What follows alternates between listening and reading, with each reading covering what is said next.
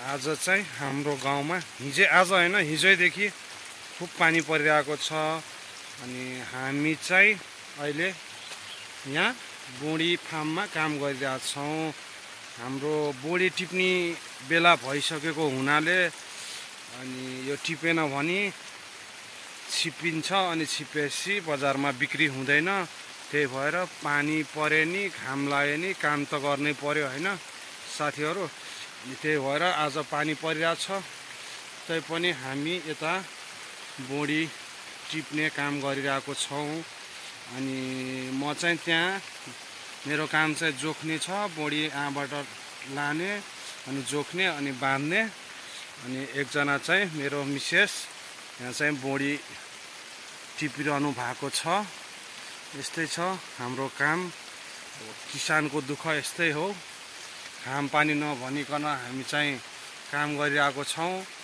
अब हाम्रो उत्पादनको मूल्य अलि राम्रो खासै त्यति राम्रो चाहिँ पाइँदैन सोचे जस्तो। अब किसानको दुःख मर्म व्यथा कथा बुझिदिने सरकार पनि आउनु पर्यो। अब सरकारले पनि किसानको दुःख किसानको लागत मेहनत अनुसार त्यसको मूल्य निर्धारण गरिदिनु पर्यो। हामी यति दुःख गरेर यहाँ काम गरिरहेको छौँ अनि यति दुःख गरेर हामीले आफ्नो यहाँ उत्पादन निकाल्छौँ, तर बजारमा सोचे जस्तो त्यसको मूल्य पाइँदैन।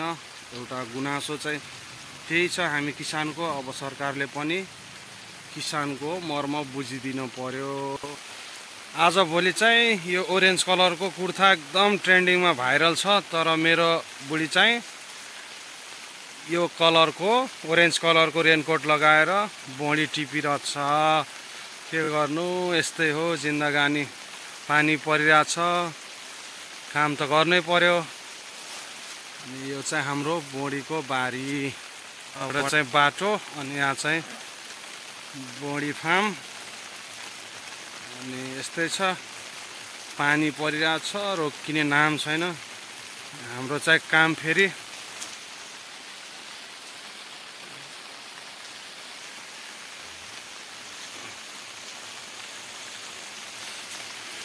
यतापट्टि चाहिँ हाम्रो फार्म है।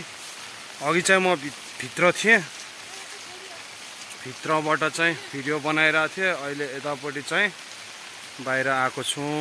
ल बोडी ल्यायो, बोडी आयो बोडी। पहिला चाहिँ टमाटर रोपेको थियौँ, त्यसपछि अहिले बोडी रोपेका छौँ त्यसमै। बोडी फार्म। अनि यहाँ चाहिँ आलु रोपेको, यहाँ चाहिँ गाजर मुला के सागहरू छ। पानी हेर्न सक्नुहुनेछ, हिजोदेखि पानी परेर पुरै डुबाइरहेछ। यो धनियाँ गाजरहरू चाहिँ अलि ड्याङ बनाएर रोपेको थियो, अलि त्यसमा चाहिँ भेटेको छैन। छेउछेउमा चाहिँ पुरै पानी छ। मैले यहाँ चाहिँ जोख्ने काम गरिरहेको छु। जोख्दै यसरी बाँधेर राख्दै अनि अब चाहिँ मार्केट लगिदिन्छौँ। यस्तै छ, एकजनाको काम उता एकजनाको काम यता। 1-1 केजी जोख्दैछु। यो चाहिँ अलि बढी भएको छ, यसलाई चाहिँ म निकाल्छु। हेर्न सक्नुहुनेछ यस्तो। यो चाहिँ एक ठाउँमा चाहिँ अलि रोग लागेको थियो, मैले चाहिँ त्यो निकालिदिएको। अनि अरू चाहिँ राम्रै छ, ठिकै छ। यस्तो कोही टिपिरहेछौँ, अरू टिपेको यतापट्टि चाहिँ। अनि अरू चाहिँ सानै छ, त्यो चाहिँ भोलि पर्सि टिप्ने बेला हुन्छ। यी हेर्न सक्नुहुनेछ बोडीको ड्याङमा पानी परेर खतम बनाइरहेछ। चिसो भेट्छ कि जस्तो लागिरहेछ। अब अलिक घाम हुने बित्तिकै चिसोको औषधि चाहिँ चलाउनु पर्छ यो पानी रोकिने बित्तिकै। अनि यतापट्टि चाहिँ हाम्रो फार्म। अब चारैपट्टि तरकारी खेती कुखुरा पालन यस्तै गरिरहेछौँ किसानको जिन्दगी। तर अब कुखुरा अब ठुलो भएपछि रेट हुँदैन। अब औषधि महँगो छ, चल्ला महँगो छ, दाना महँगो छ।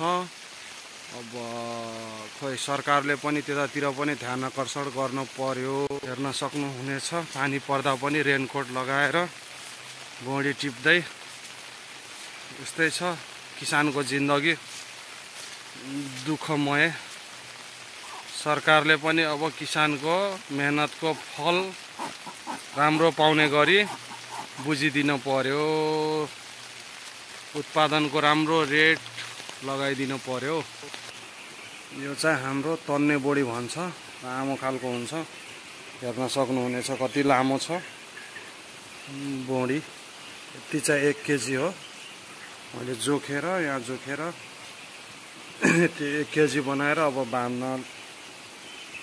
बाँध्ने अनि यसलाई राख्ने, बाँध्दै राख्दै। यो चाहिँ अब हाम्रो बजार पठाउनको लागि एकदम रेडी भइसकेछ।